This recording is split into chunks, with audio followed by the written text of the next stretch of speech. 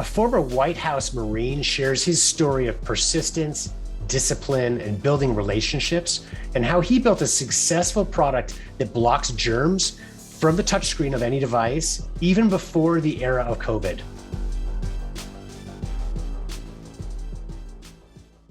Welcome to another episode of the Harvest Growth Podcast, focused on helping consumer product companies, inventors, and entrepreneurs harvest the growth potential of their product businesses.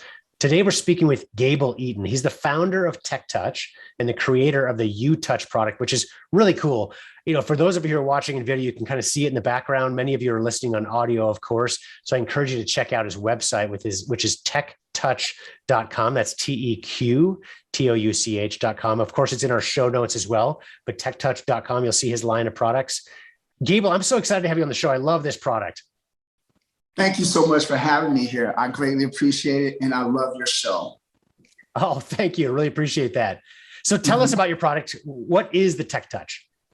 Okay, so it's UTouch is the company, and the product that I created is called a UTouch. It's actually a wearable tech that you wear on your finger so that you don't have to come in direct contact with germs on public touchscreens and touchpads, and also shared work devices. I created it mostly because when I exited the service, I am a Marine. When I exited the service and entered into corporate America, a lot of people would reach over you, touch your screen, and that kind of, annoyed me a little bit. And they would leave fingerprints and smudges behind. And this is around 2016 when I came up with this idea and got the patent for it. So I wanted a way where people would not leave fingerprints on my screen. And of course, it morphed into what it is today, a personal device that you can wear on your finger so that you don't have to now come in contact with those screens, those touch screens in public. And interestingly enough, it morphed again into what's called a branding tool, because you can put your company logo there and on the keychain carrying case that it comes with, which is pretty cool. Yeah. But that was the idea behind it. I just didn't like coming in contact with those germs on those touchscreens. And as you can see now today, everywhere you go, there's a touchscreen or a touchpad, and it was amazing how I got to it, the whole patent process, the coming up with the actual concept of what it should look like and how it should feel. It was a long journey. I've got some pictures on my IG that shows you how it morphed into what it is today, from this big, bulky piece that you would put on your finger to this sleek piece that goes on your finger now. Yeah. And so originally it was more about fingerprints. I'm assuming now are people buying them a lot because of not transferring germs just during the COVID era? Have you seen a change in the reasons that people are buying and using your product? I'm going to tell you something. Again, I created this product pre-COVID, and I actually came to market in 2019, just a little bit before COVID made landfall. And all of the people from the company lab in Chattanooga, Tennessee, all of the people that I introduced the product to, once they used the product and saw the product, you can bet everyone came back to me and said, you know what? I can't touch a touchscreen anymore. They're just disgusting. Ever since you introduced me to UTouch, I just can't do it, And so I like to think that I created a product that has a real utility. And yes, so the answer to your question is yes. The feedback has been tremendous. Sales are slow but steady. Again, it's about working with the media and the partnerships that you create to actually get the word out about the product and what it's for. But once people realize what this product is for and the fact that they can carry it with them on their keychain, in their little case, they're hooked. It's like, let me get this thing. I'm going to need this. Okay. So yeah, the feedback has been pretty good. And you mentioned how some of I think you said this was a surprise to you, but some of your business has come from promotional brands. So adding brands or logos to the product as well, which, if I understood you correctly, that was not originally part of your intention, correct? No, it wasn't. There's a long backstory to how all of this actually came about, the thought process, about creating something um, and just fulfilling that need to be a creator, to produce something of use. And I originally, again, created this to sell them individually, to individuals, to use my website, to do what everyone else does, to use IG and Facebook ads to drive traffic to the website. But then I was speaking with someone and they said, this is a great branding tool. And so from there, the idea, wow, this could be a branding tool. And so I actually contacted a few people, and that's for hire. One of my military groups, they actually came on board and said, hey, we'd like to order some of these. And that kind of started it for me. Okay, well, this is another avenue, another, a stream of revenue that is useful. And I produced this unit for them with their company logo on it. So it worked out pretty good. And I'm in pursuit of other companies that want a unique branding tool. Southern company here in Atlanta, they purchased a number of units as well. So to answer your question, becoming a branding tool, especially in this environment, is something that became totally viable. It's interesting. We have a client from a few years ago that started off, and they were a successful business, really cool line of products, and they were, a couple $1 million in sales roughly at the time, and kind of like you stumbled into promotional products, right? Stumbled into the idea of adding a brand or a logo to their product line, and that just catapulted their business. And it's not for everybody, right? So every business is different, but I think it's a good learning to think about being open for what's next for your business, right? We can't always force the future of what we should be doing with our business. It's not about writing a business plan and sticking to it, never making a change, but being open to ideas like this. And, for them, it took them from a couple $1 million in sales to eventually well over $10 million in sales per year, and sold off their business. And it was really in large part because of just listening to their audience and finding this unique opportunity of adding logos, making it into a promotional product, and really catapulted their growth. And again, that might not be the same answer for everybody. Like it sounds like it's working well for you too, but just being open to something, watching for the next opportunity for your business, I think is an important thing to learn from. I agree with you. Most definitely. My goal is to actually do that, to move more into the promotional space. So my Chimera is square. I would love for Square to include 2 of these in each package that they sell. Those are the partnerships that you look for. But you're absolutely right. And as you explained, the other company, how it took them from doing a couple of million to doing whatever they're doing today, more larger numbers. For me, the numbers are great, but also just getting a great product out there that could quite possibly prevent someone from becoming ill, because those touchscreens actually house germs from 2 to 30 days. And so I think that the product that I created has a real utility use, and it's also a mitigating product for some of these companies where people are moving back into the workplace and they have their work screens. So yes. Yeah, no, it's very true. And I think, your point you made earlier on about, it's partly about germs, right? Fingerprints on your own device from other people or whatever too. But I think the good timing for this is, the world now, even when COVID, some say it'll never go away entirely, but even if it does, right, our consciousness of germs, bacteria, sickness is out there, and there's so many touch screens everywhere that makes you do a double take. Whether it's you just finish a meal at a restaurant and now you pay when they bring it to the table, and you've got the little device, you work on their screen, to the gas station, to really everywhere you go, it's really about touch screens. You touch them so often, and a simple device like this, I love the concept where it really can change how we interact with devices, keeping ourselves safe and from any potential germs that are out there, COVID or anything else. I love how, so I as I sent you some questions before we started this interview, just to get your thoughts on, for one, was what helps you to be successful. And I like your answer. You talked about, for you, it's all been about persistence and relationships, which I think are topics that can work really for anybody, whatever category we're in. So I love that. It's a great way to answer that question. Can you talk more about that? So how are those 2 characteristics, being persistent and improving relationships, how have that really helped you to improve your business? It was a great question. And I was really happy that you asked that question, because it was a learning experience. I learned that, even though you have a great product, no one's going to do business with you because they don't know you. You have to be vetted. And the only way to be vetted is to be persistent in creating and building that relationship. Yeah. It's so important, whether it's with your Chamber of Commerce or with me, it's with groups like Bunker Labs, or it's with groups like American Corporate Partners or someone like that. The time that you take to invest in those people is the time that they're going to take and invest in you. And the persistent part comes from, you may not be doing the sales that you want. I'm an entrepreneur. I've been blessed enough to have some financial help, but this is all on me.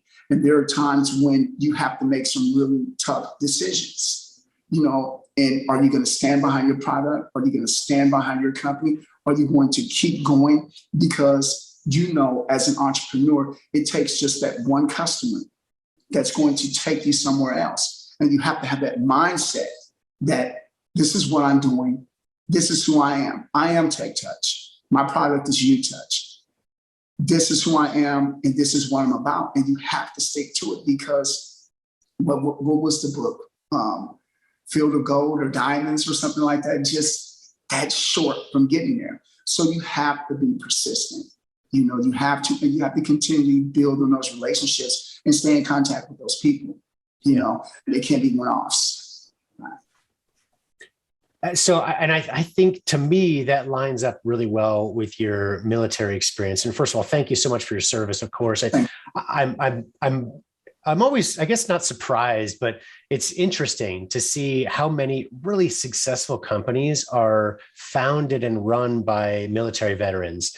And, I've got many friends. I didn't take the chance to serve militarily, but I've got lots of friends that have over the years. And, I love hearing their stories and seeing how they've learned. And a lot of them talk about how, what the experience that they got in the military didn't translate directly to maybe what the career is or the company they founded later on in life. It's not about, like, you didn't learn how to make reusable tech in the military, right? I'm assuming, right? But you did learn a lot of qualities and characteristics that made you who you are and helped you to be very successful. Is there something that stands out from your military background that you credit with your success? I'm a former White House Marine. I did 2 years White House duty under Reagan. And the first thing that you learn at that duty station at 8th and I is discipline. And there are times when you're tested, that discipline is tested, even your character is tested, where, you have to do what you say you're going to do. And sometimes it's difficult, being an entrepreneur, because the terrain changes. That's another thing, learning that terrain. But it's about that discipline. And again, those relationships. I was really struggling really bad last year. I was struggling. And then I reconnected with my military family, veterans that are in business. And that encouragement is there. So it has followed me from the military. It followed me into the trucking industry. It followed me into the moving industry. And now I'm learning to use it in my own company, that discipline. And again, those relationships, so now I'm building those bridging that gap with my military people who are in business. And it's interesting that in my younger years, one of the things that I learned, that most CEOs or most people, upper management, they all have some form of, a lot of them have a military background, so that skill does translate. While creating a tech product does not come from the military, but having the discipline to see it through, and learning to build those relationships. Yeah, and I love that. And I think, whether it's military or whatever background we come from, I think, sometimes inventors or product marketers feel a little bit stuck in the beginning, like, I don't have experience doing this, but it's really experience creating who you are, right? And so your background gave you these characteristics to be able to succeed and figure things out, which is really the job of an entrepreneur, right? Is, there's no handbook that tells you everything you need to know, but the ability to figure things out along the way, and, having as you mentioned, the discipline to keep, and persistence to keep at it. So I'd love to hear more stories about your time at the White House. That's fascinating. We could do a whole other podcast interview on that and find those stories out. I do want to switch gears a little bit. So you also mentioned a $7,000 mistake that you made. I want to talk about that in a second. But first, I want to share a message from one of our partners, Shopify. So there's a reason that over 1.7 million e-commerce businesses trust Shopify to handle everything from marketing and payments to secure checkout and shipping. At Harvest Growth, dozens of our clients find that Shopify is the best platform to connect with marketing channels like Facebook and Instagram. And we've seen conversion rates more than double for some of these clients when transitioning to Shopify from other platforms. For a limited time, we can actually help you get your first month free, which is a savings of up to $79 through Harvest Growth. So if you want to reach out to us, we can answer any questions you have. If you just reach out to Shopify at harvestgrowth.com, we can send you any details and answer any questions you might have. So Gable, just to go back to that question, so you talk about this $7,000 mistake, which is something we all want to avoid. So if you could share that experience and what you learned from it. Let me tell you something. That $7,000 mistake set me back about a year, in sales, because that was money that was earmarked for marketing. What I did was I contacted my manufacturer. They sent the samples back. Everything worked perfectly well. I mean, just absolutely wonderful. And I had a bright idea. And that bright idea was in the design of this product, there are nodules on there that you probably can't see there.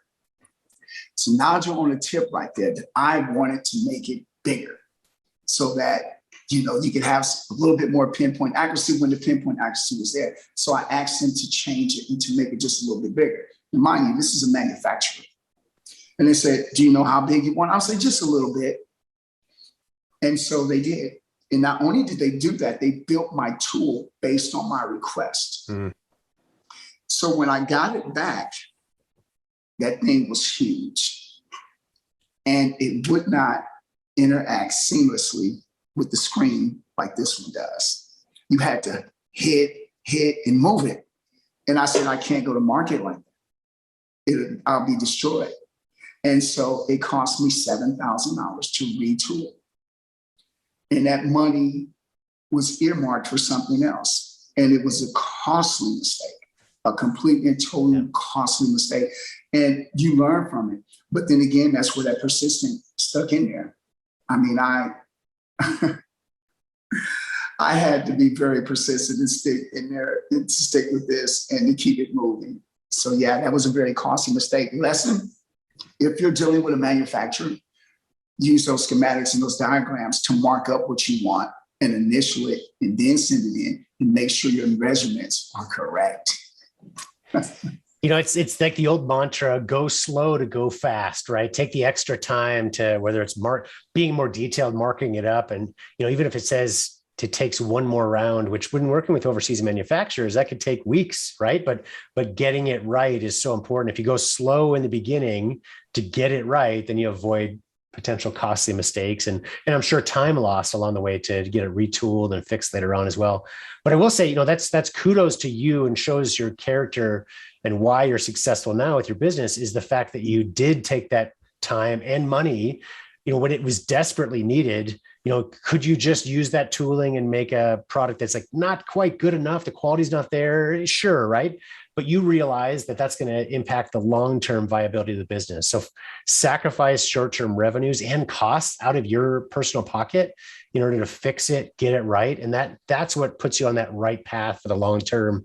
So I think it's a great example for all of us.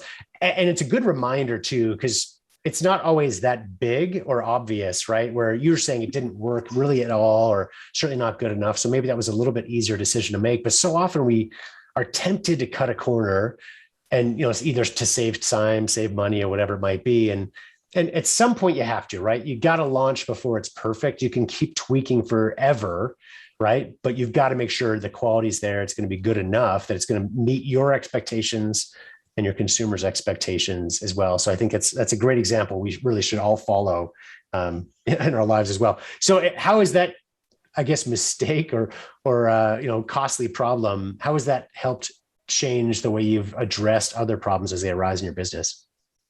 I'll say this again, what you just stated, move slow. Yeah. Move slow. It's a patented product, and move slow for better growth. So there are 2 follow-up products after UTouch.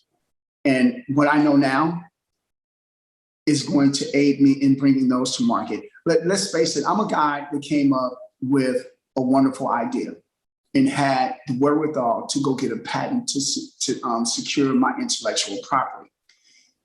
Got it made and put it out there. That means I did everything backwards. Okay. First of all, I didn't think I needed to do any market research because I knew the utility of it, plain and simple. That was just something that was innate. I knew the utility of the product.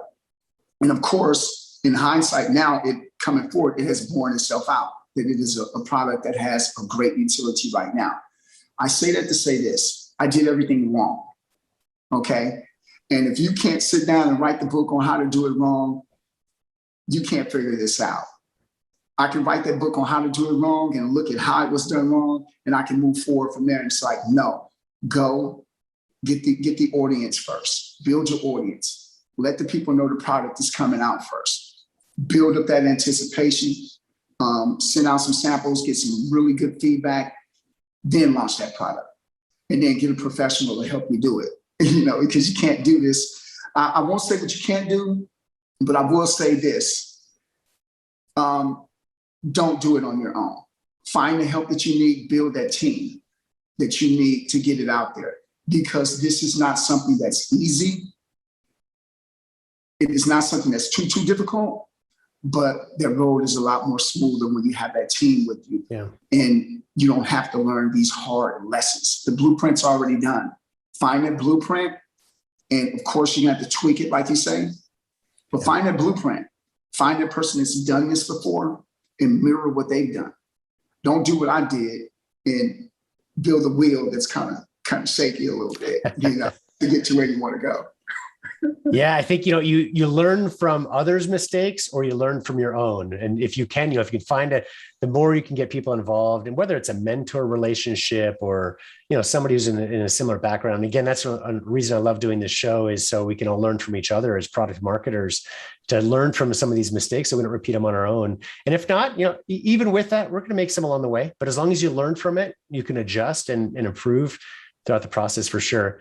Well, Gable, is there anything I didn't ask you that you think would be helpful for our audience? I think we pretty much covered it. The idea of being persistent, and, this started with a vision. It started with a vision, but you have to marry that vision to some OKRs, some KPIs, and understanding what it is you have to do. You have to put yourself in that environment that is going to give you the opportunity to grow. People like Collab, people like Pathway Lending, people like Bunker Labs, those groups and those people, my great advisor, Renee Bob, surround yourself, get those people that are going to help you and want to see you achieve. If anything you can take away from this today, you don't necessarily have to go the hard way. You don't have to go the hard way. The blueprint is out there. You got a great idea, protect your property, and then find that blueprint and kind of follow it, because it's set in stone out there, but you can tweak it along the way. I would add that, Love it. Well, thank you so much. And I encourage our listeners, please check out the UTouch product that Gable has invented and created. It's a fantastic design, fantastic product. And their website is TeqTouch. It's TEQ touch.com. And he's been kind enough for our audience, our listeners. If you use the promo code Harvest Growth, one word, you can actually get 5 TeqTouches for half price. So normally it's $50. You can get them for just $25 with that promo code Harvest Growth. So also be sure to check out harvestgrowthpodcast.com to see other episodes we've recorded. And if you like this episode and want to learn more about how you can profitably grow your consumer product business, please subscribe to our show and leave us a review at iTunes or Google Play. Thanks again, Gable. I really appreciate it. Thank you. I greatly appreciate it as well.